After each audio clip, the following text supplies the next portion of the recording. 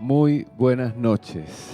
Tengo una vez más la enorme alegría de compartir un tiempo muy, pero muy especial, y estoy seguro que también va a ser muy especial para ustedes, hermanos y amigos, al lado de uno de los pastores y referentes espirituales que yo personalmente más admiro en esta ciudad de Guadalajara.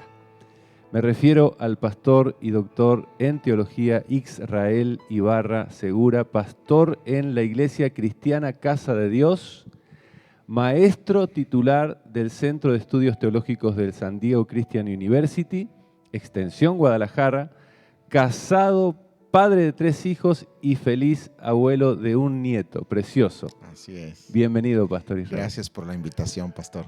Qué alegría que estés con nosotros. Bueno, pues Apocalipsis, el libro de la revelación de los acontecimientos finales para la humanidad, pastor, y por supuesto, acontecimientos que involucran a la Iglesia de Cristo, a los redimidos del Señor. Y antes de entrar en tema, pastor, y escuchar todas las respuestas bíblicas que nos darás en esta noche,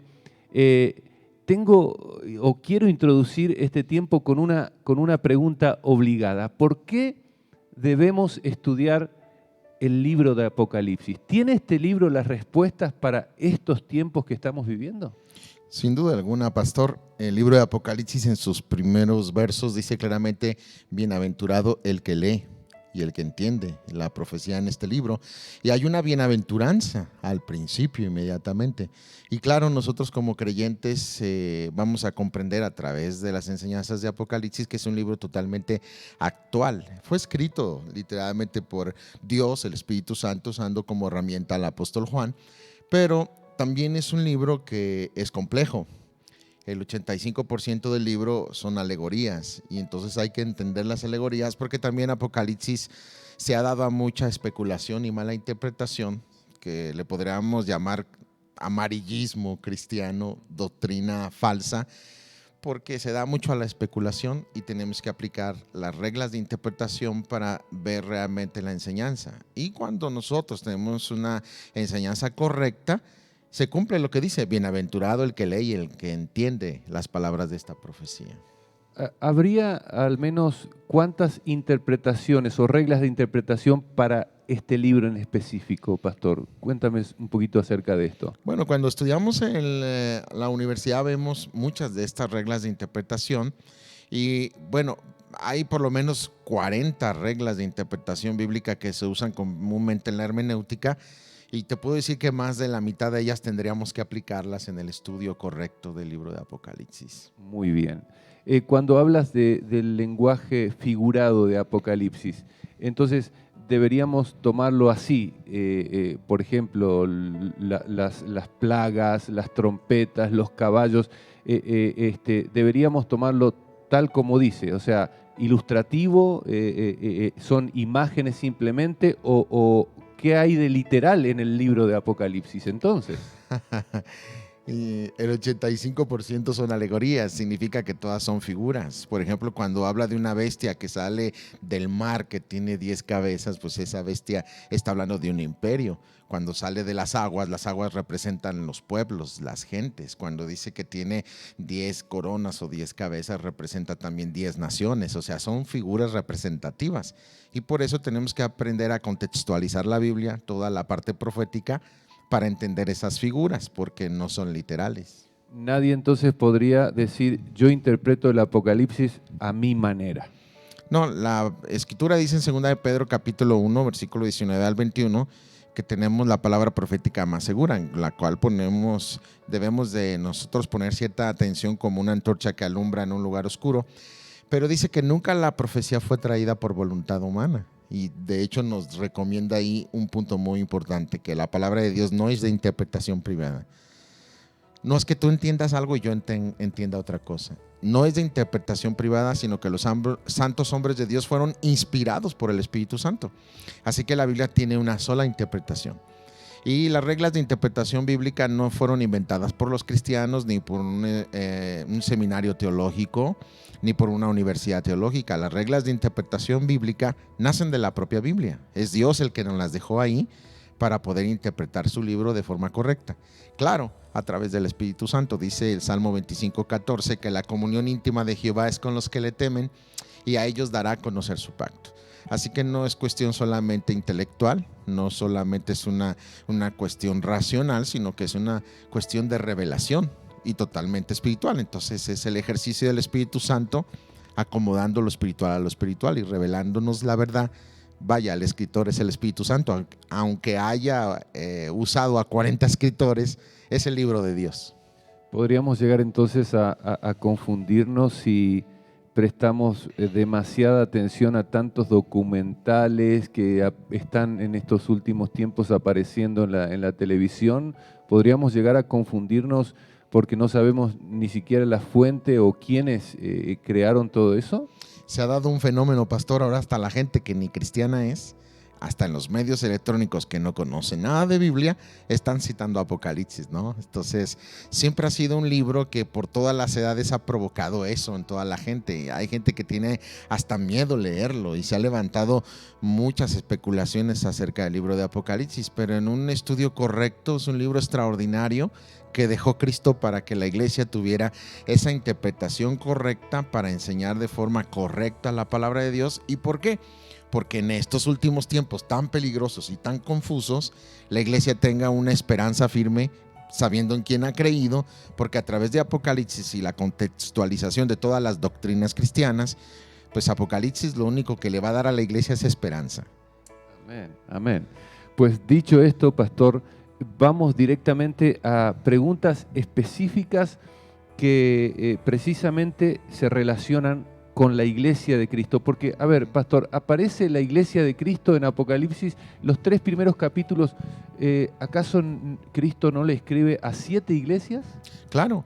O sea, inicia textualmente dando la introducción en el capítulo 1 de la persona exquisita de Cristo. Toda la Biblia es cristocéntrica, el libro de Apocalipsis es cristocéntrico y vemos al apóstol Juan claramente donde tiene esa revelación de Cristo.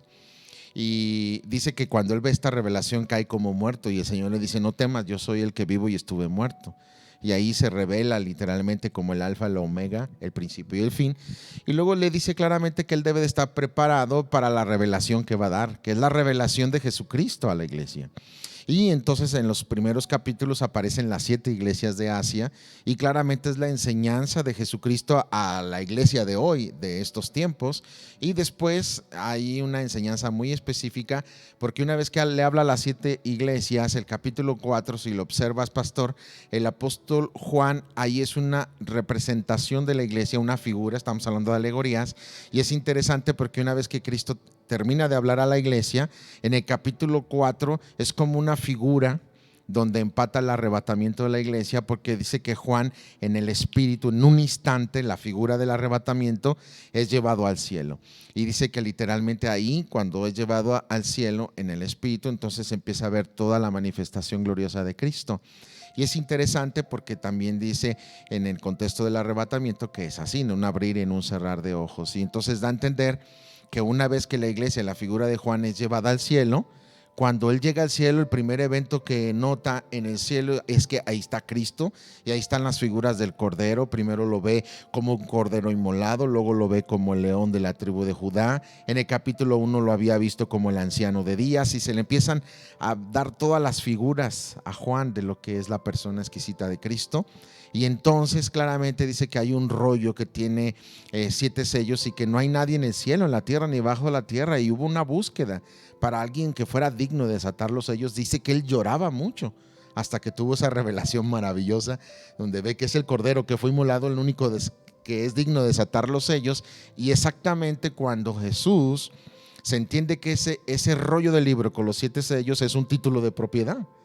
O sea, Él es el dueño de la tierra. ¿Quién puede abrir un título de propiedad sino solo el dueño? Por eso en el Evangelio de Juan le dijo: a lo suyo vino, y cuando dice suyo, singular, y los suyos no le recibieron, en Juan 1:11, lo suyo es su propiedad. Por eso dice: en el mundo estaba y el mundo por Él fue hecho. Entonces Él vino a su propiedad. Ahora con el título de propiedad, habiéndose levantado entre los muertos, Él es el único que puede desatar los sellos. Entonces cuando inicia y desata el primer sello, que se convierte en una serie de 7, Entonces da a entender que cuando empieza la tribulación en el mundo, la representación de la iglesia, que es Juan, ya está en el cielo. La numerología de Apocalipsis es increíble, ¿verdad? Es importante. Es importantísimo. Pastor, a ver, entonces, mencionabas que en el capítulo 4 ya podemos ver representado lo que es el arrebatamiento de la iglesia, Así ¿correcto? Ahora, ¿de qué se trata este evento, el arrebatamiento de la iglesia? Tanto hemos escuchado de tantos predicadores, de tantos pastores. ¿Es literal el hecho de que la iglesia de Cristo es tomada de la tierra para ser llevada al cielo? ¿Podemos entonces decir que esto no es algo que no va a pasar? ¿Va a pasar literalmente? Cristo viene por su iglesia, lo veremos, la iglesia lo va a ver, el mundo va a verlo a Cristo, o será en las nubes. ¿Cómo se explica esto? En primer lugar, lo que hay que decir es que el arrebatamiento es un evento totalmente bíblico y que no es una alegoría, es algo correcto, es una doctrina totalmente elaborada en la Biblia. Y te voy a leer lo que decía del capítulo 4, que es la figura del arrebatamiento de la iglesia, pero en la persona de Juan. Primero, el Señor enfrenta a la iglesia. Quiero pensar que esto es algo así muy similar. El Señor ha permitido que la iglesia pase estos tiempos porque la iglesia debe ser purificada. Si la iglesia es la novia de Cristo, tiene que lavarse, peinarse, arreglarse, ponerse el vestido de novia para ir limpia a las bodas del Cordero. Así que el Señor tiene que limpiar a la iglesia, tiene que santificarla. Y es por eso que la Apocalipsis, cuando se refiere a las 7 iglesias, les dice: tengo contra ti. Y entonces el Señor les denuncia todos los pecados de la iglesia para que se arrepientan y sean lavados, y está llena de promesas. Ahora, una vez que termina sobre la iglesia y su purificación, dice Apocalipsis 4, después de esto miré, he aquí una puerta abierta en el cielo. Y me recuerda a Juan 10, cuando decía Jesús: yo soy la puerta, no hay muchas, nomás hay una. Y esa puerta está abierta para los creyentes, para los cristianos. Dice: y la primera voz que oí como de trompeta hablando conmigo. Y me recuerda a primera de Tesalonicenses 4:16, donde está exactamente la doctrina del arrebatamiento, donde dice que el Señor mismo descenderá del cielo con voz de arcángel, con voz de trompeta de Dios, con voz de mando y con trompeta de Dios, y los muertos en Cristo resucitarán primero, y luego los que vivimos, los que quedamos, hayamos quedado, seremos arrebatados juntamente con ellos para recibir al Señor en el aire. No dice que el Señor venga a la tierra, solamente dice en el aire. Y entonces dice en el versículo 18 que debemos de alentarnos unos a otros con estas palabras. Esta es literalmente la doctrina del arrebatamiento. Se vuelve a especificar Pablo en 1 Corintios 15, del verso 50 al 52, donde dice que lo corrupto se va a vestir de incorrupción y que lo mortal se va a vestir de inmortalidad. Y nos dice claramente que este arrebatamiento será en un abrir y en un cerrar de ojos a la final trompeta. Y entonces aquí por eso veíamos las figuras. Fíjate cómo dice Apocalipsis 4: una puerta abierta en el cielo para los creyentes. La primera voz que oí como de trompeta, que es lo mismo de Tesalonicenses, hablando del arrebatamiento. Y me dijo: sube acá. Es como diciendo Cristo a la iglesia: ven acá. No viene a la tierra, solamente viene por la iglesia. Y dice: y yo te mostraré las cosas que sucederán después de estas. Y es todo el Apocalipsis. Aquí es una clara referencia de cómo la iglesia es arrebatada antes de la tribulación, y eso nos da la pauta teológica, pastor, porque hay 3 posturas teológicas: lo que se le denomina la pretribulación, la postribulación y la atribulación, que empata con la postura teológica del premilenialismo, postmilenialismo y amilenialismo. Son 3 posturas, pero claramente la más bíblica de las 3 es la pretribulacional y la premilenialista, que es antes, correcto. Algunos creen que es en la mitad, que es post, y otros creen que no hay nada, que es nada más una figura alegórica, que no es literal el reino milenial, no es literal el arrebatamiento, nada. Y regularmente esto es los que tienen una postura de la doctrina del preterismo y del universalismo, donde dicen que solamente hay un juicio, Dios viene, y no hay estas diferentes posturas o edades. Pero aquí claramente está diciendo que sucederá este arrebatamiento. Y si seguimos la lectura de Apocalipsis 4:2, pastor, dice: al instante yo estaba en el Espíritu. Toda es la figura del arrebatamiento. Y aquí un trono establecido en el cielo, y en el cielo uno sentado en el trono. Sí. Y el aspecto del que estaba sentado era semejante a piedra de jaspe y de cornalina. y había alrededor del trono un arcoíris semejante en el aspecto de esmeralda. Y es muy interesante esta expresión porque impacta con lo que era el pectoral del sumo sacerdote. El sumo sacerdote tenía un pectoral con 12 piedras y las 12 piedras representaban a cada una de las 12 tribus. Y es interesante porque jaspe y cornalina es la primera piedra y representa a Rubén, y la otra, literalmente esmeralda, representa a Benjamín. En pocas palabras, es una figura de decir, yo soy el primero y el último. Wow, tremendo. Entonces, pastor, arrebatamiento es diferente a lo que es la segunda venida de Cristo. Háblanos un poquito de eso rápidamente, por favor. Ha habido cierta confusión en esto, pastor, y quiero aclararlo teológicamente. O sea, realmente el arrebatamiento es parte de la segunda venida de Cristo. Lo que la gente no alcanza a comprender cuando no tiene estudios teológicos para poder interpretar un poco más correcto a través de las reglas de interpretación, pues suelen extraviarse. Entonces, lo que hacemos nosotros con la teología y las reglas es hacer una buena exégesis, usar las herramientas de la hermenéutica para cuadrar realmente la Biblia y ver todo el consejo de Dios, no nomás una parte, sino todo el contexto para entender de qué está hablando. Entonces nos damos cuenta, por ejemplo, es muy simple ver esto, pastor. La primera venida de Cristo, pastor, duró 33 años. Sí. Todo lo que Él hizo desde que se encarnó, nació sin pecado, vivió sin pecado y murió por nuestros pecados en la cruz, derramó su sangre, se levantó con poder y gloria al tercer día, ascendió al cielo y hoy está sentado en el trono. Todos esos 33 años, todo eso es la primera venida. Entonces, de una manera muy clara tú entiendes que la primera venida de Cristo duró 33 años y que tuvo muchos eventos. Todo eso es la primera venida. Entonces, ¿por qué nos hace pensar de ahora de forma burda que la segunda venida de Cristo es un solo evento? No, la segunda venida de Cristo es igual, es una serie de eventos y todo eso es la segunda venida. Perfecto. La diferencia es que la primera duró 33, la segunda dura 1007 años.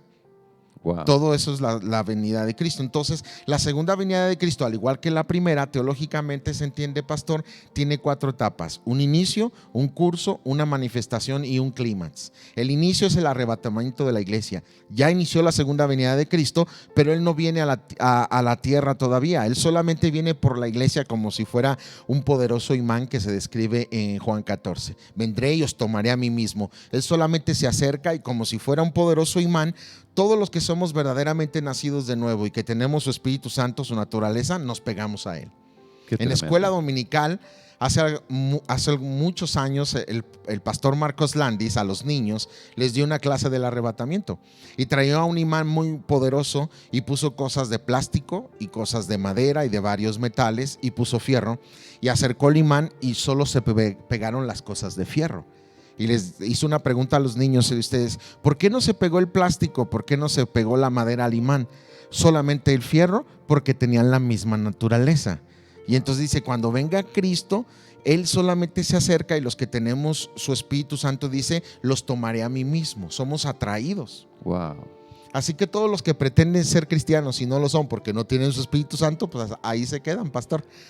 Así que podemos decir que van a haber muchos o hay muchos cristianos profesantes. Exacto, yo les llamo cachirules, así en el lenguaje coloquial, que creen ser salvos y no lo son. Lo único que nos garantiza ser cristianos, pastor, es ser nacidos de nuevo, tener al Espíritu Santo. No importa que la persona vaya a la iglesia cristiana y puede durar 30 años congregándose y no ser nacido de nuevo y terminar en el infierno. Eso es muy importante. Perfecto, pastor. Bien, entonces ya establecimos la realidad de que Cristo vuelve por su iglesia. Esto es el arrebatamiento de la iglesia. El texto bíblico para enfatizar bien esto es entonces Apocalipsis 4, Primera de Tesalonicenses. Capítulo 4, versículos 16 al 18 y Primera de los Corintios, capítulo 15, versos 50 al 52. ¿Qué hay, por ejemplo, en la figura de Enoc cuando es arrebatado? ¿Podemos también hablar un poquitito de eso, del arrebatamiento de la iglesia? ¿Hay una figura también sí, o no? Claro que es una figura, es muy interesante porque de Adán a Noé son 10 patriarcas, que por cierto los nombres de los 10 patriarcas es el Evangelio. Si tú ves el significado de cada uno de los nombres, te relata el Evangelio, porque Adán significa literalmente hombre. Y si tú ves el significado y juntas a los 10 patriarcas, así sonaría el nombre de los 10 nombres. Hombre enviado de Dios, señalado, consagrado, que aprende obediencia, muriendo él, enviará a los pobres humillados descanso. Eso significa los 10 nombres. Bueno, es el Evangelio. Wow. Es interesante porque Enoc es el séptimo de Adán. Séptimo de Adán. Y es interesante porque el séptimo no vio muerte.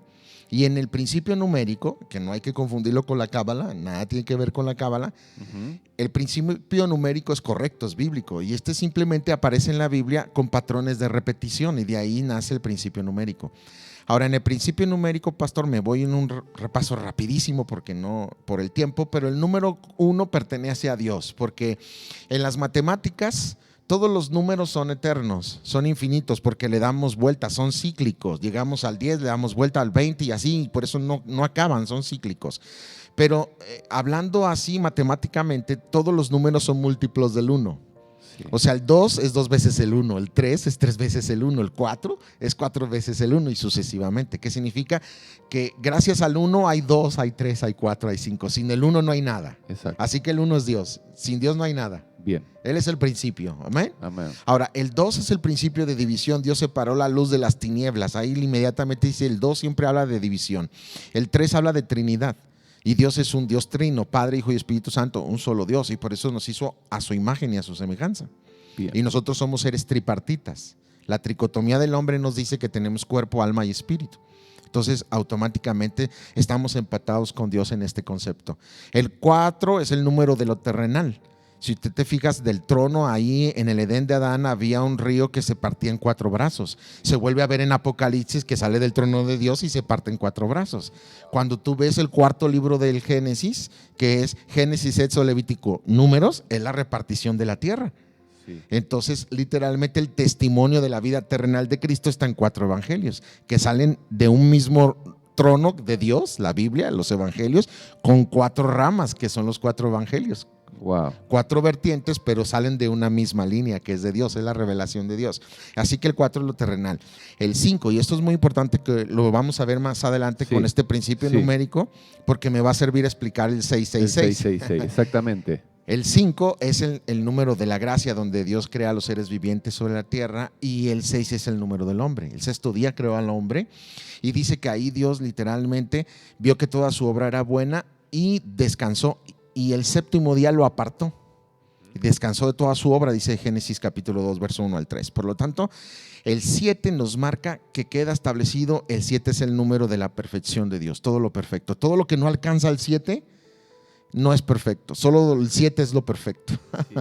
Y ahí siguen los números. El 8 es número de resurrección porque salieron 8 personas del arca. El 9 es de juicio porque hay 9 casos de juicio y de apedreamiento en toda la Biblia. El número 10 es el gobierno del hombre. Por eso 10 tronos, 10 cuernos, 10 cabezas, dragón de 10 cabezas, 10 coronas. Es el gobierno del hombre. El 11 es lo incompleto. Vendieron a José y quedaron 11 hermanos. Murió Judas y quedaron 11 apóstoles. Wow. Y el 12, por eso en Apocalipsis ves 7, 12, 7, 12, 7, 12. El 12 es el gobierno establecido por Dios. Por eso son 12 tribus, 12 apóstoles. Tremendo. Entonces el principio numérico es muy importante. Y Enoc es el 7º de Adán y empata con lo perfecto. ¿Y qué es lo perfecto? Es Cristo. Y todo aquel que ha nacido de nuevo ha sido hecho perfecto por la obra de Cristo. Y dice Hebreos 10:14, con un solo sacrificio hizo perfectos para siempre a los santificados. Y ahí es donde empatamos, que por la obra de Cristo se nos aplicó su justicia, que nos hace perfectos a la mirada de Dios. Y al igual que Enoc, vamos a ser traspuestos para no ver muerte. Hebreos 11:5 dice de Enoc que tuvo testimonio de haber agradado a Dios y fue traspuesto para no ver muerte. Para no ver muerte. Igual va a pasar con la iglesia, por la perfección de Cristo, no la de nosotros. Tremendo. Entonces la iglesia no va a pasar por la tribulación. Es arrebatada antes que empiece los 7 años de tribulación. Porque la iglesia ya es salva, pastor. No tiene que probar nada. El que tiene que ser probado y metido al fuego es Israel. Porque Israel está en incredulidad, rechazó a su Mesías. Y hay una semana 70 que todavía no se cumple. Así que los que tienen que ser purificados y van a entrar por todo este periodo es Israel, no la iglesia. Wow. Tú amas mucho a tu esposa, pastor. Dime si tú la meterías a una tribulación para que la golpeen, la maten y la correteen. Tú no harías eso porque No. amas a tu esposa. Claro La que iglesia no. es la esposa de Cristo. No vamos a entrar a este periodo. Esto es para Israel y lo vamos a demostrar bíblicamente que todo tiene que ver con Israel. La iglesia ya es salva. La Amén. iglesia no está esperando llegar al cielo y formarse al juicio del gran trono blanco y No. preguntar si está en el libro de la vida, porque ese juicio es para puros pecadores y puros muertos. La iglesia ya tiene vida. Juan 5:24 dice: de cierto os digo, el que oye mi palabra y quiera al que me envió, tiene vida eterna. No vendrá condenación, ya pasó de muerte a vida, ya tenemos vida eterna. ¿Por qué tendría que meternos Dios a una tribulación si ya somos salvos? Si la obra de Cristo ya se nos aplicó de Amén. forma genuina y verdadera, ya somos salvos, ya tenemos vida eterna. Los cristianos no estamos esperando al anticristo, ni estamos esperando la gran tribulación ni el apocalipsis. Los cristianos, como la novia, está esperando a su esposo para ir a las bodas del Cordero. Amén. Qué glorioso, qué glorioso. Bien, y lo mencionaste recién, pastor. El anticristo, ¿quién es este personaje? ¿Es realmente una persona? ¿Es un sistema político? ¿Es un sistema religioso? ¿Quién es el anticristo? Bueno, son las dos cosas. Es un sistema, pero un día va a llegar el punto de la punta del iceberg, por así decirlo, donde se culmina todo ese sistema y se hace patente y real su líder.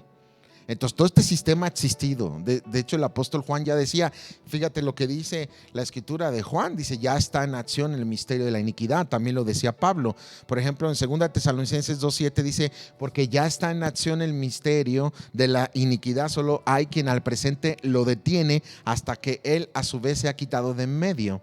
Sí. Y está hablando del Espíritu Santo, porque si usted te fijas, el texto de Tesalonicenses 2:7 dice: hasta que él. Ese él tiene acento. Sí. Es un pronombre, está hablando del Espíritu Santo, porque el Espíritu Santo está en la iglesia. Cuando la iglesia sea arrebatada, entonces sí se manifestará aquel inicuo cuyo advenimiento es por obra de Satanás con señales y prodigios mentirosos. Su sistema ha estado operando toda la vida. Lo que estamos viendo ahorita es un ensayo de cómo se está preparando a todo el mundo para cuando la iglesia sea arrebatada, entre el anticristo. Es como la alfombra roja para que él entre y después de todo el desorden haya un hombre que después del arrebatamiento de la iglesia, que es un cataclismo mundial, porque cada dispensación Dios la termina en un cataclismo mundial. Entonces, en todo ese caos, este hombre traiga orden, pero su orden va a significar una moneda, un gobierno, una sola religión, un poder absoluto. Y ahí es donde los judíos son los que van a empezar a entrar en ese sistema, que lo voy a explicar más adelante. Pero la iglesia ya está en el cielo, con la figura que vimos de Juan, que cuando se abre el primer sello, que equivale a la semana 70 de Daniel, que hace falta, y que es todo el Apocalipsis, 7 sellos, 7 trompetas, 7 copas de la ira, la iglesia está presente a Cristo en el cielo, viéndolo desatar el primer sello. Dijiste, pastor, ya está en acción el misterio de la iniquidad. Así es. Eso podríamos decir, entonces, es todo lo que se está preparando para la presentación de este hombre, de este líder mundial y de este sistema religioso, político, que está en la figura del anticristo. Está en la figura y que ha tenido sus prototipos. Por ejemplo, Nabucodonosor es un prototipo del anticristo. Si tú te fijas, Nabucodonosor no estuvo de acuerdo con Dios, levantó una estatua, prohibió adorar a cualquier dios y ordenó adorar la estatua. Y es lo mismo que va a pasar cuando venga el anticristo. Vamos a explicar más adelante que cuando empieza la semana 70, que voy a tener que explicarlo, por qué la iglesia no está aquí. Y una vez que la iglesia no está aquí, se cumple la semana 70 y que se divide en 2 periodos, 3 años y medio de paz y 3 años y medio que es la gran tribulación. Y claramente nos dice que el anticristo va a hacer un pacto con los judíos y que en ese pacto los va a engañar, y por eso claramente ellos van a volver a tener su templo, empezará el continuo sacrificio, van a estar muy felices. Pero a los 3 años y medio dice claramente el Daniel capítulo 9 que quebrantará el pacto. Entonces, cuando quebrante el pacto, entonces se va a hacer, dice 2 Tesalonicenses capítulo 2 del verso 4 al 11, que se va a sentar en el trono de Dios haciéndose pasar por Dios. Es lo mismo que hizo Nabucodonosor. Por eso Nabucodonosor es un tipo y el cumplimiento se llama antitipo. Son las sombras, las figuras. Así como las hay de Cristo, las hay del anticristo. Entonces, qué interesante, porque cuando Nabucodonosor se revela ante Dios y hace que adoren a esa imagen que levantó, que por cierto medía 60 de altura por 60 de ancho, que es el 666. Entonces, es muy importante porque claramente dice que metió a Sadrach, Mesach y Abednego, que es la figura de los judíos, que están en medio de la tribulación, no los cristianos. Y que dice que le subió al horno 7 veces y que vio que no les pasó nada, y eso nos habla de la protección de Dios a los judíos en medio de la tribulación, no de los cristianos ya no estamos, sino de su pueblo Israel. Entonces Sadrach, Mesach y Abednego, dice, claramente le dijeron al rey Nabucodonosor, dice que él vio como 4, que había uno como hijo de los dioses, y le sorprendió cuando ellos no se quemaron. Y le dijeron ellos, mira, si tú nos avientas al fuego, de todos modos no vamos a adorar esa imagen. Es porque Dios nos puede librar. Y si no, o sea, si el plan de Dios fuera no librarnos, de todos modos no vamos a adorar, porque ellos sabían quién es el Dios verdadero. Y ahí es donde la fe de los judíos se va a afinar. Van a entender que el anticristo no es Cristo, no es el Mesías. Y por eso en Mateo 24 es donde enseña que cuando veas la abominación desoladora de la cual habló el profeta Daniel, el propio Cristo lo explica, le dice a los judíos, huyan. Y uno será tomado y otro será dejado, y uno alcanzará a escapar y otro no, porque uno va a bajar por la espada, y otro no. Dice, ya no bajes ni por la espada ni por la capa, huye. Y la gente lo confunde con el arrebatamiento. Eso no es el arrebatamiento. Mateo 24 no tiene nada que ver con el arrebatamiento. Nada tiene que ver con el arrebatamiento ni con los cristianos. Es totalmente judaico, porque dice que deben de orar que no sean día de reposo. A los cristianos nunca se nos ha ordenado el día de reposo. Esto es totalmente judaico. Así es. Tremendo, tremendo. Bueno, espero que estemos disfrutando, espero que estemos anotando también todos los textos que el pastor Israel nos está dando como base bíblica para que luego podamos todos estar repasando. Bien, entonces ya hablamos del arrebatamiento, ya pudiste explicar la diferencia entre arrebatamiento y segunda venida. ¿Los 7 años de la tribulación son literales? Son literales, pastor, exactamente, son literales. Porque cuando nosotros lo leemos, mira, te voy a leer Daniel en el 9:27, donde dice, y por otra semana confirmará el pacto con muchos, a la mitad de la semana hará cesar el sacrificio y la ofrenda. Después, con las muchedumbres de las abominaciones vendrá el desolador, hasta que venga la consumación y lo que está determinado se derrame sobre el desolador.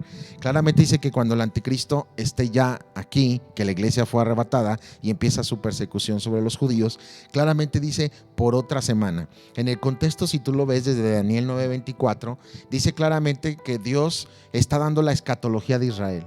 Y teológicamente ha habido mucha confusión, pastor, siempre, porque regularmente se ha enseñado en las escuelas la escatología general, y lo correcto es separar.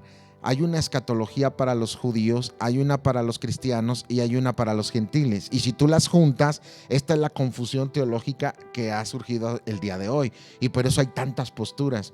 Y cuando nosotros nos afinamos, porque este es un principio de interpretación, en 1 Corintios 10:32 se le llama el principio de las distinciones étnicas. Dice Pablo, no seas tropiezo a judíos, a gentiles y la iglesia del Señor. O sea, hay 3 grupos. Y por lo tanto yo tengo, cuando estudio la Biblia, ver a quién le está hablando Dios. Si le está hablando a los cristianos, no se lo puedo aplicar a los judíos. Si le habla a los judíos, no se lo puedo aplicar a los gentiles. Si le habla a los gentiles, no se lo puedo aplicar a los cristianos. Y de ahí tanta confusión y tanta doctrina falsa por aplicar las cosas como no son, ¿verdad? Como no deben de ser. Entonces, cuando yo afino la escatología y me doy cuenta que hay una escatología para Israel, 70 semanas. Y a una escatología para los gentiles, entiéndase gente que no es salva y que son rebeldes contra Dios, pues se la da a Nabucodonosor en el sueño con 4 imperios: el imperio babilónico, el medo-persa, el griego y el romano. Esa es la escatología de los gentiles. Y la escatología de la iglesia, que queda literalmente como la dispensación de la gracia, y que es un paréntesis que se abre entre la semana 69 y la 70. Esa es la escatología de la iglesia. Sí. Entonces, dice claramente Daniel en el relato, si lo puedes ver, que va a haber primero 7 semanas, que no son, claramente dice Daniel, de días, sino de años. Y dice que primero 7 semanas, que es cuando es la salida para, dada la orden, la reconstrucción del templo. Ahí se cumplen 7 semanas y empata con Esdras y Nehemías cuando regresan con Zorobabel y 50,000 judíos en el reino del Medo-Persa, cuando se cayó el imperio babilónico. De ahí dice, tienes que contar otras 62 semanas que con las 7 son 69, Son y claramente dice Daniel, se le dará muerte al Mesías, mas no por sí. Esto está exactamente En Daniel capítulo 9. Daniel 9, Daniel capítulo 9, si lo lees, estamos desde el versículo 24. Exactamente. Puedes hacer la lectura si gustas. Sí, 70 semanas están determinadas sobre tu pueblo y sobre tu santa ciudad para terminar la prevaricación y poner fin al pecado, y expiar la iniquidad para traer la justicia perdurable, y sellar la visión y la profecía, y ungir al santo de los santos. Que es el reino milenial eso. Ahorita lo explicaremos. Sabe pues y entiende que desde la salida de la orden para restaurar y edificar a Jerusalén hasta el Mesías príncipe habrá 7 semanas, y 62 semanas se volverá a edificar la plaza y el muro en tiempos angustiosos. Y después de las 62 semanas se quitará la vida al Mesías. Daniel entonces ya estaba profetizando la muerte de Cristo, mas no por sí. Sí. Y el pueblo de un príncipe que ha de venir destruirá la ciudad y el santuario, y su fin será con inundación, y hasta el fin de la guerra durarán las devastaciones. Y por otra semana... Ahí está, hagamos un conteo, pastor. Sí. 7 semanas, la reconstrucción del templo, en el periodo de Esdras, de Mías. Y dice, otras 62 semanas y morirá el Mesías. Así que en la semana 69, cuando Cristo murió en la cruz del Calvario, es la semana 69 del reloj profético de Israel, que son semanas de años, no de días. Ahora, si hubiese sido la semana 70 inmediatamente ligada a las demás, pues 7 años después de Cristo hubiera sido el fin del mundo, hubiera sido todo el reino milenial y todo, pero no fue así. Esto significa claramente que Dios hizo una pauta para la semana 70. Abrió un paréntesis. Entonces, ¿por qué? Porque dice Juan 1:11, a los suyos vino y los suyos no le recibieron. Israel rechazó en el Antiguo Testamento al Padre, vino el Cristo, el Hijo, el Mesías en persona, y lo rechazó, y en la predicación de Esteban en Hechos 7 rechazó al Espíritu Santo. Así que explica el apóstol Pablo en Romanos 10 que hay un espíritu de estupor sobre ellos, y que el salmista dice, agóbiale la espalda para siempre, porque literalmente están en una ceguera espiritual de parte de Dios. Entonces Dios los tiene en una ceguera espiritual. Israel fue depuesto no de forma definitiva, sino temporal. Entonces abre un paréntesis y ahora extiende el evangelio a todo el mundo a través del Mesías, que es Cristo, cumpliendo lo que le dijo a Abraham: en tu simiente serán benditas todas las naciones. Una vez que se predica todo el evangelio en los tiempos de Dios, la escatología de la iglesia es solamente la pauta que hay de la semana 69 a la 70. Esa es la escatología de la iglesia. Entonces se termina, viene el arrebatamiento y inmediatamente inicia la semana 70 que falta. Tremendo, tremendo, tremendo. Pastor, 666 podemos decir también que es obviamente el anticristo. ¿Tiene sus aliados el anticristo? ¿Quiénes son la bestia y el falso profeta? ¿Será la Trinidad maligna esa completa? Recuerda que Satanás siempre ha querido imitar a Dios en todo, ¿no? Dice en Isaías 14, 12 al 14, seré semejante al Altísimo. Él quería poner su trono, él quería ser semejante en todo, y por eso fue derribado. En Lucas 10, 18 dice el Señor Jesucristo, yo veía caer del cielo a Satanás como un rayo. Fue expulsado. Satanás no siempre fue Satanás. Primero fue Luzbel. Él es, en este contexto bíblico, si vemos Ezequiel capítulo 28, pastor, dice que él es un querubín. Y los querubines, de acuerdo a la definición bíblica, que son los seres vivientes que también son querubines, son polifacéticos. O sea, tienen rostro de hombre, tienen rostro de águila, tienen rostro de animal de carga, de un buey, tienen el rostro de un león. Entonces esto nos habla de Satanás, que se disfraza ahora en su faceta de Satanás, porque dice 2 Corintios 11, 14 que Satanás se disfraza como un ángel de luz. Entonces él siempre ha querido engañar una vez que fue expulsado, pero no ha perdido su deseo de ser como Dios, de imitarlo. Entonces Dios es un Dios trino, Satanás lo sabe. Mira, hay un pasaje muy contundente en Santiago 2:17 donde dice, ¿tú crees que Dios es uno? Bien haces. Los demonios creen y tiemblan, y no creen para salvarse. Lo que creen es que Dios es uno, porque antes de ser demonios eran ángeles y sabían quién es Dios. y saben que es uno, no tres dioses. Es el Shema de la doctrina, ¿verdad?, de Israel en Deuteronomio 6:4. Oye Israel, Jehová nuestro Dios uno es. Y de ahí descansa también nuestra doctrina, en un solo Dios, en tres personas. Ellos saben. Por eso cuando lo vieron caminando, dice que los demonios de Gadara temblaban y decían, ¿quién eres? Dice, le dijeron, pero ¿por qué vienes a atormentarnos antes de tiempo? Sabemos quién eres. Se lo dijeron a Cristo. ¿Sí? Tú eres el Santo de Israel, el Hijo del Dios Altísimo. ¿Por qué vienes a atormentarnos antes de tiempo? Ellos sabían que es Dios, aunque lo vieron caminando como un ser humano, porque Dios es uno. Entonces Satanás siempre ha querido imitar a Dios. Entonces, aunque Dios es uno, es un Dios trino, Padre, Hijo y Espíritu Santo, no tres dioses, recalco, un solo Dios, pero en tres personas. Entonces Satanás va a hacer esa imitación. Entonces va a haber una trinidad maligna que es Satanás, es el anticristo y el falso profeta. Es la bestia, el anticristo, el falso profeta. Inclusive el Apocalipsis lo menciona, si lo vemos rápidamente, pastor. Sí. Si vamos a Apocalipsis capítulo 20, Sí. en el versículo 10, Sí. fíjate bien, dice la escritura, y el diablo que los engañaba fue lanzado en el lago de fuego y azufre donde estaban ya la bestia y el falso profeta, que serán atormentados día y noche por los siglos de los siglos. Ahí está la Trinidad. Son genuinos, son personajes reales. Me preguntaba si era real anticristo. Ahí está. Sí. Cuando Jesús viene a rescatar a los judíos después de la gran tribulación, que son los 7 años, dice textualmente que es el Armagedón. Es donde el anticristo está con todos los ejércitos para matar a los judíos, y es cuando desciende Jesús para destruir al anticristo y todos sus ejércitos, destruye a todos sus enemigos, y entonces se establece el reino milenial. Entonces dice que en el reino milenial, para que haya paz, Satanás es apresado 1000 años. Esto está en el capítulo 20 desde el versículo 1. Y esos 1000 años, dice, pero después de los 1000 años dice que se vuelve a soltar a Satanás, vuelve a engañar a las naciones y ahora destruye todo, y ahí es donde se cumple, es lanzado, donde ya estaba literalmente el anticristo y el falso profeta. Y el verso siguiente, el 11, dice, entonces literalmente el primer cielo pasó, la primera tierra ya no se encontró lugar para ellos, ya es la eternidad, y empieza el juicio del gran trono blanco. Pastor, una de las preguntas que me han hecho muchas veces los hermanos en la fe, me gustaría que escuchar una respuesta, por supuesto, como siempre la das, bíblica. ¿Qué hará la iglesia? ¿Qué haremos los creyentes cuando estemos ya en presencia de Dios? Por supuesto, dijiste, las bodas del Cordero, nos casaremos con Cristo, espiritualmente hablando, por supuesto, esa unidad para siempre con Él. Pero ¿qué haremos en el reino milenial, por ejemplo? ¿Cuál será la actividad de la iglesia en el reino milenial, donde Cristo es el rey que gobierna con vara de hierro? Es un reinado justo, es un reinado de paz. ¿Qué hará la iglesia en ese tiempo? Es interesante porque exactamente en el capítulo 20, pastor, que estamos de Apocalipsis, juntamente con el capítulo 1 nos da la respuesta.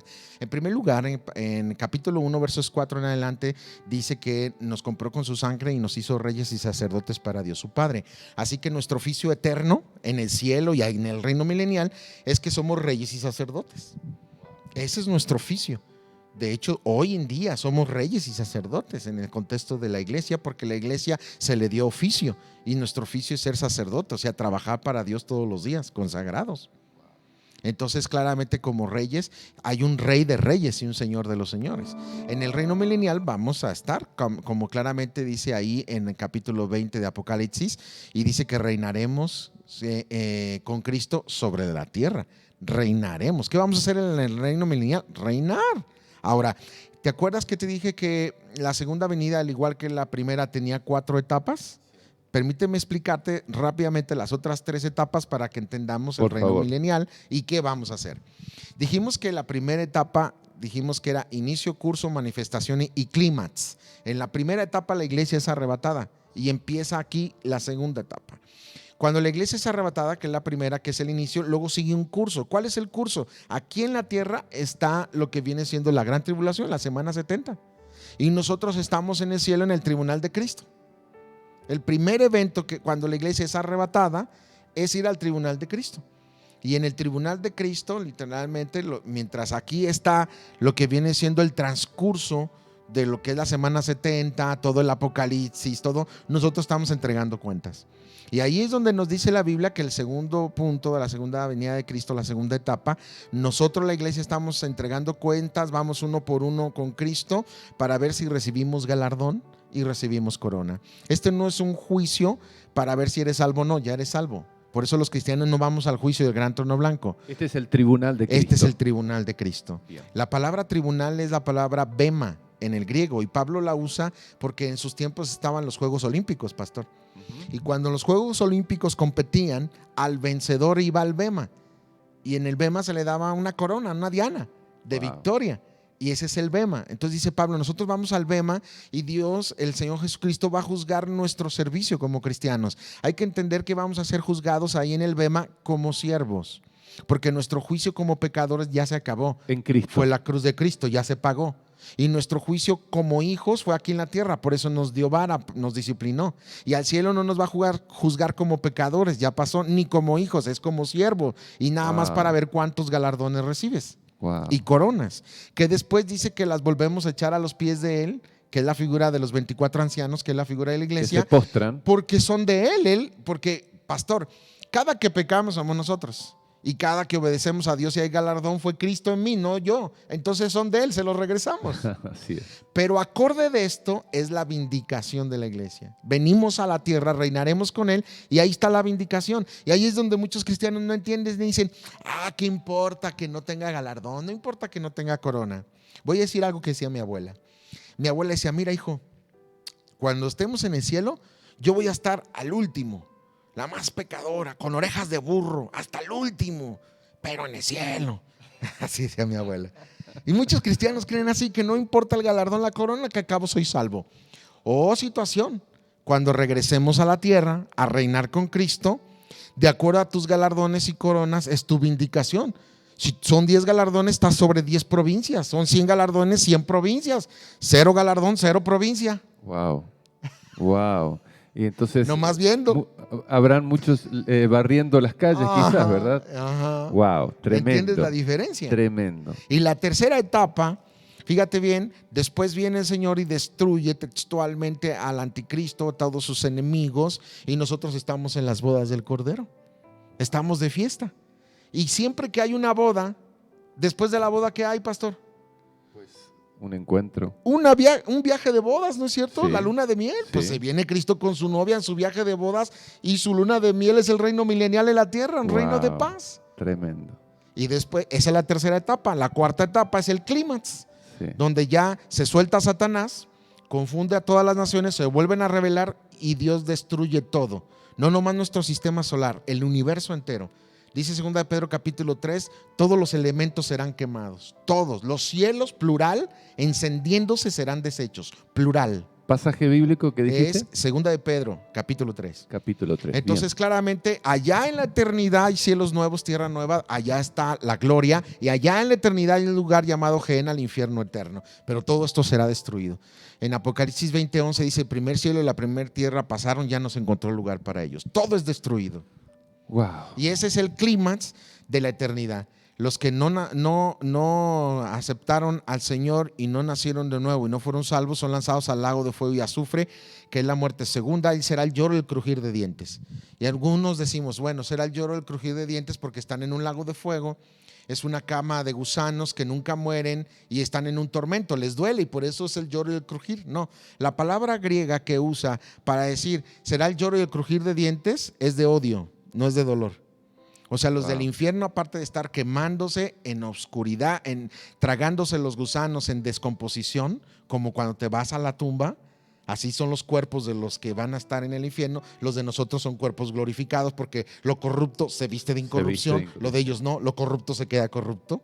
Lo inmundo se queda inmundo, y entonces en esa putrefacción, ciegos tragados por gusanos, quebran los dientes de dolor y rabia, pero de odio contra Dios por toda la eternidad. Conscientes de que están ahí. Odio contra Dios por toda la eternidad. Tremendo. Así es el ser humano, pastor. Tremendo.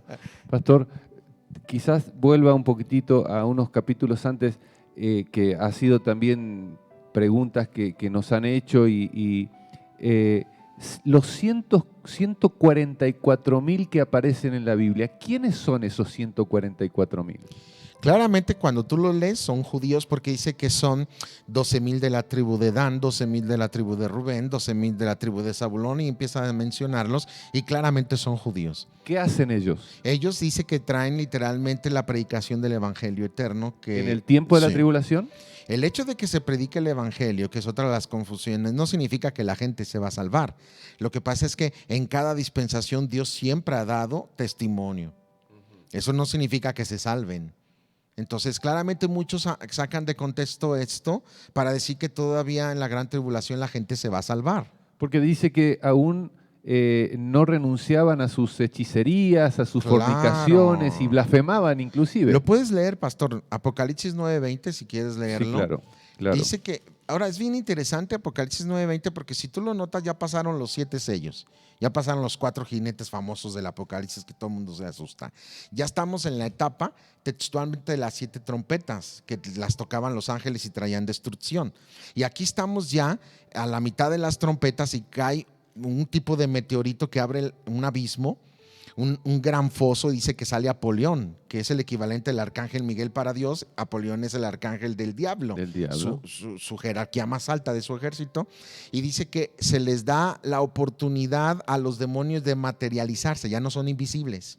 Wow. Y dice que tienen rostro de hombre, pelo de mujer, vaya combinación, ¿verdad? Dientes de sable, tienen cuerpo literalmente de caballos y son alados y tienen cola de escorpión. Y se les da la autoridad de, por ciertos meses a los hombres, tormentarlos. Y fíjate el detalle, dice que Dios quita la muerte en ese periodo. O sea, la gente se va a dar un balazo, se va a aventar y va a seguir viva. Entonces, después de que ya pasaron los 7 sellos y está toda esta destrucción y todo este tormento de los demonios, cualquiera diría, ¿se van a arrepentir? No. Mira, Apocalipsis 9:20, es el resultado de lo que te acabo de explicar. Y los otros hombres que no fueron muertos con estas plagas, ni aún así se arrepintieron de las obras de sus manos, ni dejaron de adorar a los demonios y a las imágenes de oro, de plata, de bronce, de piedra y de madera, las cuales no pueden ver, ni oír, ni andar, y no se arrepintieron de sus homicidios, ni de sus hechicerías, ni de su fornicación, ni de sus hurtos. Ahí está. De hecho, la palabra hechicería es la palabra griega fármaco, de donde viene droga, son sus drogadicciones. No se arrepintieron de sus hechicerías, que literalmente son sus drogas, y de todas sus fornicaciones, que es la palabra porneia en el griego, de donde viene, ¿verdad?, toda situación sexual inmunda, no más pornografía. Entonces, wow, no se arrepintieron, pastor, pues hoy mucho menos. Y si una persona no se arrepiente es porque no ha tenido la luz del evangelio y nunca será salvo. Jesús inició su ministerio después de ser bautizado diciendo, arrepentíos y creen en el evangelio. Wow. Sin arrepentimiento es imposible que una persona pueda nacer de nuevo. Pastor, el tiempo se nos va. Dijiste que el apóstol Pedro habla de esa destrucción total de la tierra y después de eso, ¿qué viene? ¿Viene ya la eternidad? Sí, la eternidad.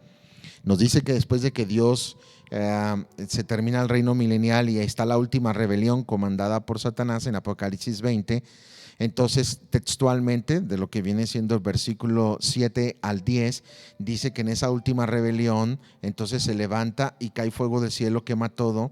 Y dice Pedro en la segunda carta, Pedro capítulo 3, que todos los elementos serán quemados y los cielos en plural encendiéndose serán deshechos. Entonces se instala la eternidad en el juicio del gran trono blanco. En ese juicio van todos los hombres desde Adán y Eva hasta el fin del mundo que no fueron salvos. Es solamente un juicio de muertos. Si tú te fijas, dice que la Biblia dice que Dios es un Dios de vivos, no de muertos. Y en Apocalipsis 20, si observas literalmente, dice que se abrieron los libros y ahí estaba el libro y todos los muertos fueron juzgados por las cosas que estaban escritas allí en los libros. Y entonces dice, y el mar entregó a sus muertos y el Hades entregó a sus muertos. Sí. Y después el Hades fue lanzada al lago de fuego y azufre. Claramente no está diciendo muertos, muertos, muertos, muertos. Ahí no van cristianos. Ese juicio no es para los salvos, ni para los judíos salvos, ni ninguna persona salva en todas las dispensaciones.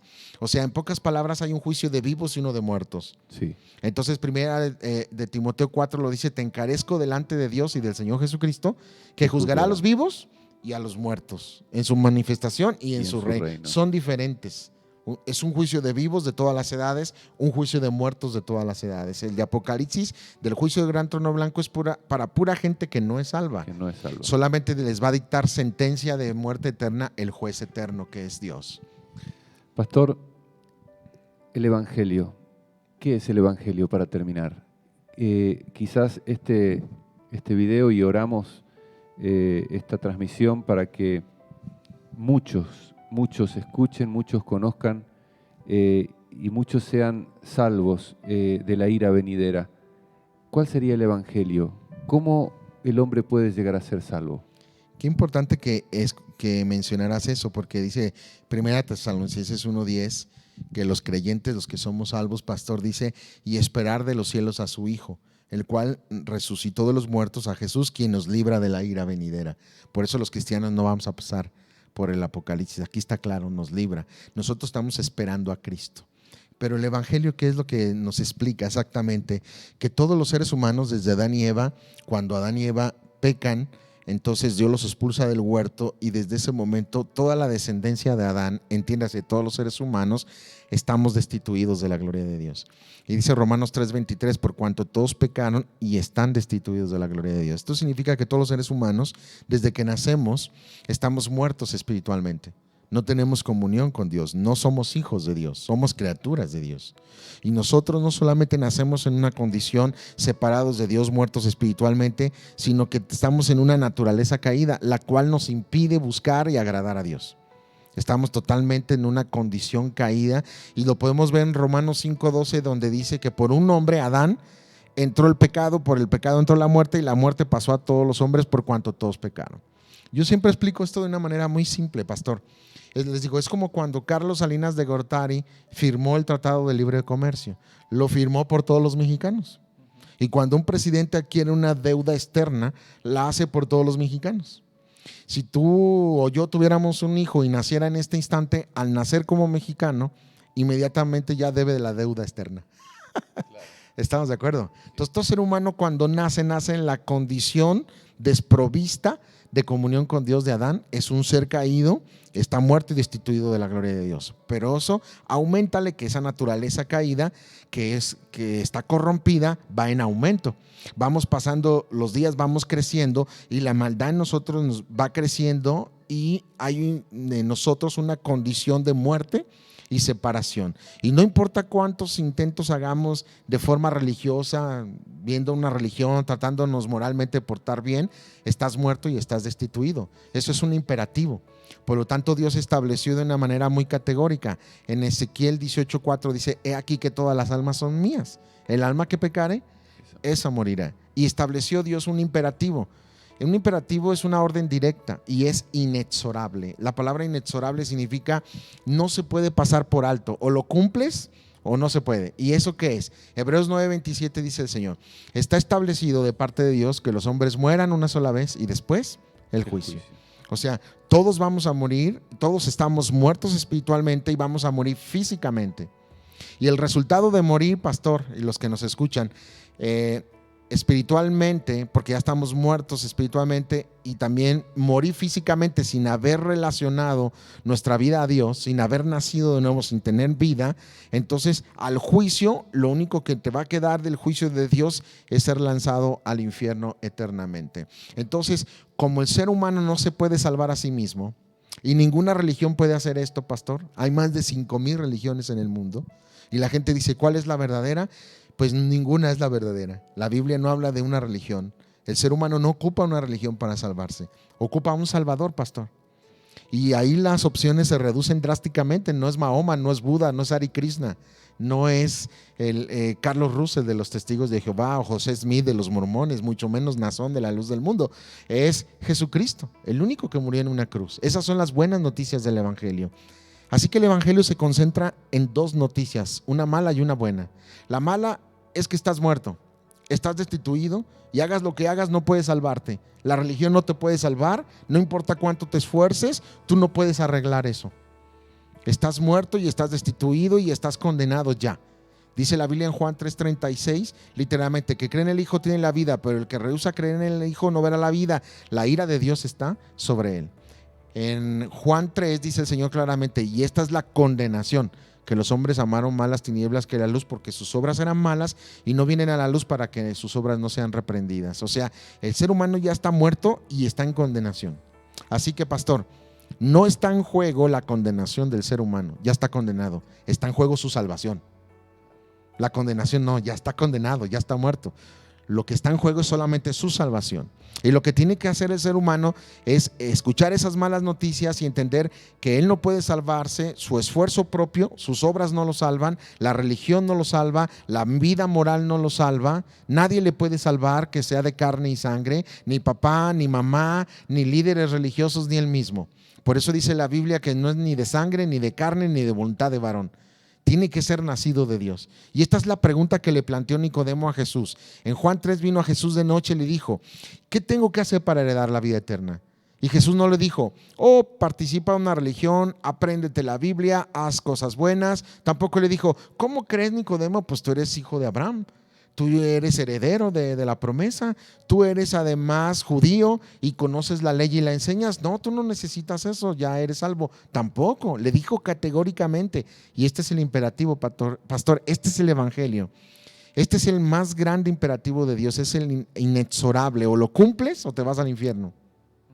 Si no naces de nuevo, Juan 3:3, si no naces de nuevo, no puedes entrar al reino de los cielos. El hijo Nicodemo en el versículo 4, pero ¿cómo puede un hombre siendo viejo volverse a meter al vientre de su madre y volver a nacer? Y le dice Jesús, no, verso 5, si no naces de agua y de espíritu, nunca vas a ver el reino de los cielos.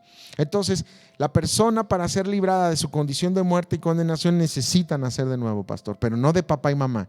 Porque Jesús lo dijo a Nicodemo, ¿verdad? Lo que es nacido de carne, carne es. Lo que es nacido del espíritu, espíritu es. No te dije que, no te maravilles de que tienes que nacer de nuevo. Y le da una analogía, el viento sopla y oyes su sonido, y no sabes de dónde viene ni a dónde va. Así es todo aquel que es nacido del Espíritu de Dios. Para poder entrar al cielo tienes que nacer de Dios. Y para nacer de Dios dice, solamente hay dos cosas, nacer de agua y de espíritu. Y nacer de agua, pastor, no es el bautismo como algunos creen. O porque estás en la panza de tu mamá en una bolsa de agua y naciste al mundo. No, y hay muchas conjeturas. No, es una figura que usa la Biblia. Se le llaman figuras de dicción. Estas figuras de dicción tenemos metáforas y tenemos símiles, hay antropomorfismos y hipérboles, pero no voy a explicar eso. Solamente le estoy diciendo, es una figura. Y en esa figura, ¿qué está diciendo? Está usando el agua como una figura de la palabra de Dios. La palabra de Dios. Entonces, nacer de agua es una figura, ¿verdad?, retórica de la palabra de Dios. ¿Por qué? Lo puedes contextualizar en varios pasajes. En Efesios 5, 26 y 27, hablando de la iglesia, dice, habiéndola purificada por el lavamiento de la palabra. ¿Cómo purificó y lavó a la iglesia? Por la palabra, y usa la palabra como agua que lava. Y Santiago 1:18 dice, él de su voluntad nos hizo nacer por la palabra. Por la palabra. Nacer de nuevo por la palabra. Y 1 de Pedro 2:23 igual dice que nosotros somos renacidos, vueltos a nacer, no de simiente corruptible, papá y mamá, sino de incorruptible, por la palabra. Entonces te das cuenta que es un símil de la palabra. Por eso dice Romanos 10:17, la fe viene por el oír. ¿Y el oír qué? La palabra. No otra cosa, sino la palabra. Entonces cuando viene el evangelio escritural, correcto, bíblico, y lo escuchas, entonces ¿qué hace el Espíritu Santo? Juan 16:8 dice que convence de pecado, justicia y juicio. Esto significa que el Espíritu Santo solamente trabaja cuando se predica el evangelio correcto. Cuando predicas mentiras, el Espíritu Santo no trabaja. Se predica el evangelio correcto, que es bíblico, oí la palabra. Entonces, ¿qué hace el Espíritu Santo? Te convence de pecado, justicia y juicio. De pecado por cuanto no creen en mí, dice Cristo. De justicia porque voy al Padre y se te va a revelar la obra de la cruz y la justicia que Él alcanzó. Y de juicio porque el príncipe de este mundo ya fue echado fuera. Entonces, cuando tú entiendes el evangelio y el Espíritu Santo te lo revela, entonces provoca en ti un arrepentimiento. Y una vez que te arrepientes, entonces quedas ya convencido de que tu única opción, no una de ellas, la única, es Jesucristo. y que su obra en la cruz del Calvario logró la justicia que tú nunca podrías lograr, y que cuando te arrepientes y te sometes a su señorío confesándolo como Señor, entonces Él aplica toda la obra de la justicia de la cruz a tu cuenta y eres salvo gratuitamente por un acto de fe en los méritos de Cristo. Estas son las buenas noticias. De tal manera amó Dios al mundo que ha dado a su Hijo unigénito para que todo aquel que en Él cree no se pierda, mas tenga vida eterna.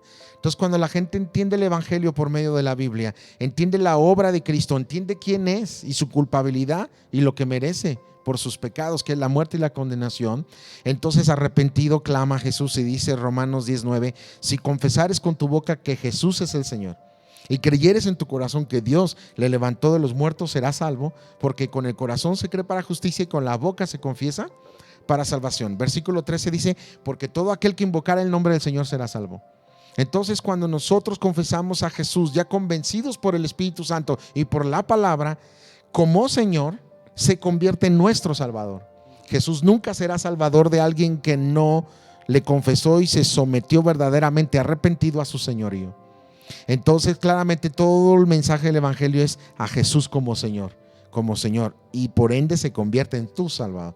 Porque si no pensaríamos: oh, Él es el Salvador, murió por mí, me regala la vida eterna, lo confieso y sigo haciendo lo que se me pega la gana. No, es un señorío donde renuncias a tu voluntad para someterte a la de Él, y entonces Él será tu Salvador.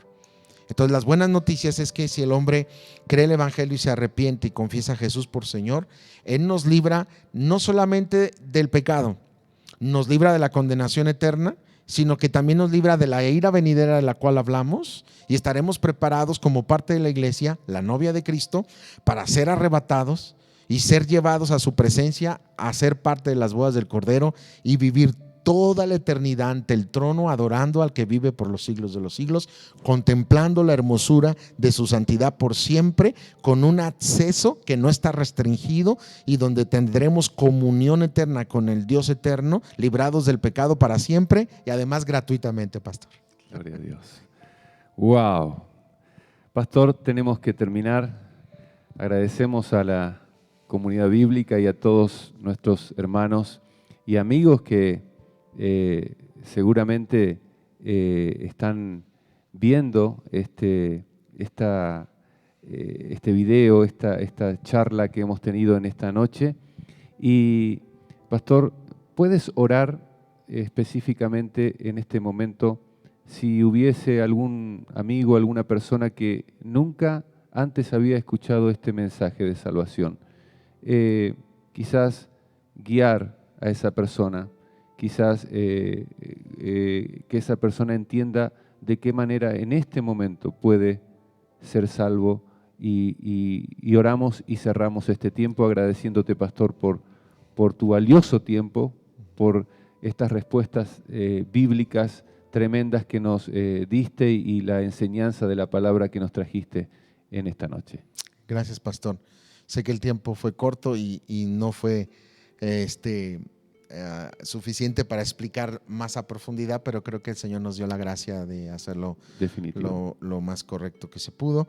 Y pues bueno, vamos a orar. Si usted está escuchando esto y es primera vez que escucha acerca del Apocalipsis, de todas estas interrogantes, inclusive ha escuchado usted el Evangelio, donde quedó claro que todos somos pecadores y la paga del pecado es muerte, y que no nos podemos salvar a nosotros mismos ni la religión, y que la única opción es Cristo, y Él ya pagó en la cruz por tus pecados, se levantó entre los muertos y a través de su sangre ya pagó toda tu deuda y te regala la vida eterna si tú crees. Entonces, si tú crees, tienes que arrepentirte y confesar a Jesús, y puedes orar con tus propias palabras. Yo voy a orar como regularmente lo hace una persona que quiere entregarle su vida a Cristo. Tú puedes usar tus propias palabras o puedes orar conmigo. Señor Jesús, yo reconozco que tú eres Dios, creador del cielo y de la tierra, que tú eres un solo Dios perfecto en tu Trinidad perfecta con el Padre, tú, Cristo el Hijo y el Espíritu Santo, un solo Dios, y que tú creaste al hombre a tu imagen y a tu semejanza, y que el hombre desde el principio en el Edén, Señor, fracasó y fue expulsado y se convirtió el ser humano en un pecador destituido de tu gloria, y nada de lo que haga el hombre puede, Señor, restaurar la comunión contigo, excepto un sacrificio santo y justo.